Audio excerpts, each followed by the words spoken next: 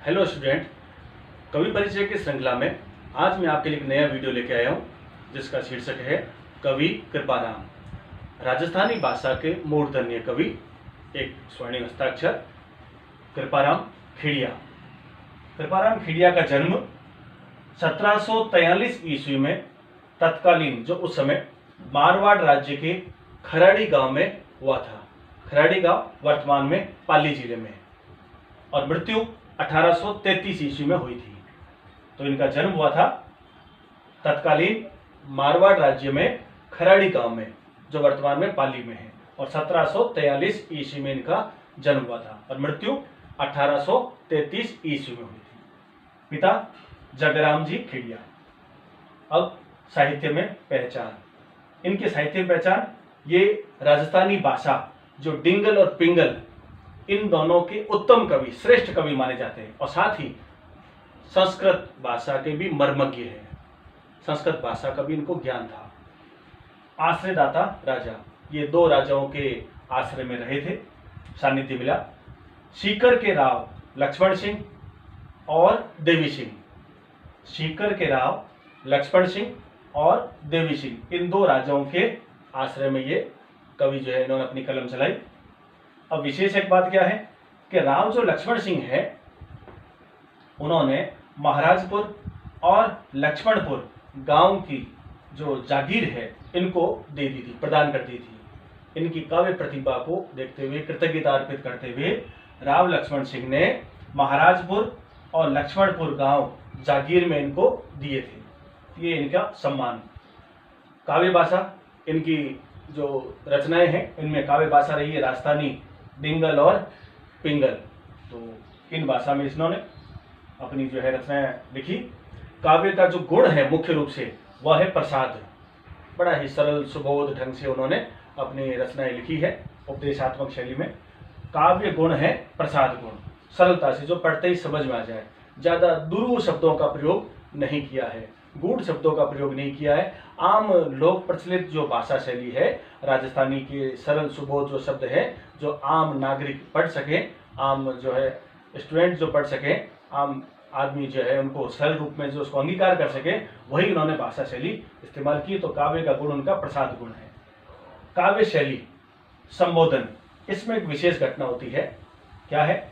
इनके सेवक का नाम था राजा राम उर्फ राजिया। एक बार कवि महोदय बीमार पड़े, तो बीमार पड़ने पर इनके सेवक जो राजिया है, इन्होंने इनकी खूब सेवा शुश्रूषा की, जिससे कवि भले चंगे हो गए, तंदुरुस्त हुए, स्वस्थ हुए। लेकिन राजिया जो है वह दुखी रहता था। कारण पूछने पर पता लगा कि वो निसंतान है, तो उसका दुख उसके चेहरे पर था। और उसने कहा कि आप तो कवि हो, तो इसलिए आपका तो नाम होगा, लेकिन मेरा तो कोई नाम लेने वाला कोई नहीं होगा, मेरी पहचान नहीं होगी। तब कवि ने बड़ा दिल करते हुए और बड़प्पन दिखाते हुए उन्होंने कहा कि मैं मेरे नाम का त्याग करूंगा और तेरे नाम से मैं सोरठे लिखूंगा। तो उन्होंने सोरठे जो लिखे वो अपने सेवक राजिया के नाम से लिखे। और साहित्य के अंदर जो लोग हैं वह कृपाराम को कम और राजिया को ज्यादा जानते हैं। ये कवि का बहुत बड़ा त्याग था अपने नाम का, कृतज्ञता अर्पित करते हुए। तो सेवक राजिया को संबोधित करते हुए, इसलिए संबोधन शैली है। हर सोरठे के अंदर उन्होंने सुन राजिया, हे राजिया, एक राज्य को संबोधित करते हुए सोरठे लिखे और अपनी बात कही है। तो बहुत सुंदर, सार्थक, उपयोगी जो है सोरठे लिखे। छंद सोरठा, अलंकार वैण सगाई, वैण सगाई अलंकार इनमें झलकता है। रचना, इनकी जो रचना है वह लोकप्रिय राजयारा दूहा या राजयारा सोरठा नाम से प्रचलित है। राजयारा दूहा या राजयारा सोरठा, तो इसको आप मुख्य रूप से नोट कर लें। और इस राजयारा सोरठा के अंदर 140 सुंदर, सहज, सुबोध सोरठे संकलित है। काव्यगत विशेषताएं, इनके काव्य की विशेषता क्या है कि इनके जो सोरठे हैं वह सरल है, सुबोध है और उपदेशात्मक शैली में है, जो आम आदमी के जीवनोपयोगी है। संबोधन जो भी बताया था, राजिया सेवक जो है उसको संबोधित करते हुए सोरठे लिखे थे, तो संबोधन शैली है। और उपदेशात्मक शैली में हर दोहे में कुछ न कुछ उपदेश दिया है, ताकि हम ज्ञानार्जन कर सकें, रसास्वादन कर सकें। तीसरा है इनके जो सोठे हैं वह जीवनोपयोगी हैं, जो नीति और आदर्श लोक मर्यादा की सीख देने वाले। इनके जो सोठ है उनमें जो विषय है वह नीतिगत है, इनके सोठ है, और आदर्श लोक मर्यादा श्रेष्ठ जीवन कैसे जिए, ये उपदेश इनके सोठों से जो है देखने को मिलता है। तो ये इनका कवि परिचय।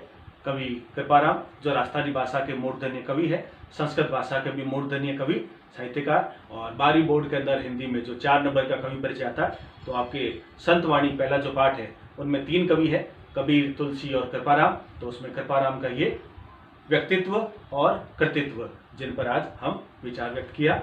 आशा है आपको ये वीडियो पसंद आया और इसके जो महत्वपूर्ण तथ्य है उनको आप घर बैठे याद करें, बार बार इस वीडियो को देखें ताकि हम पूरे अंक प्राप्त कर सकें।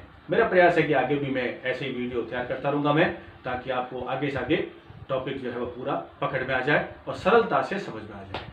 ठीक है, धन्यवाद।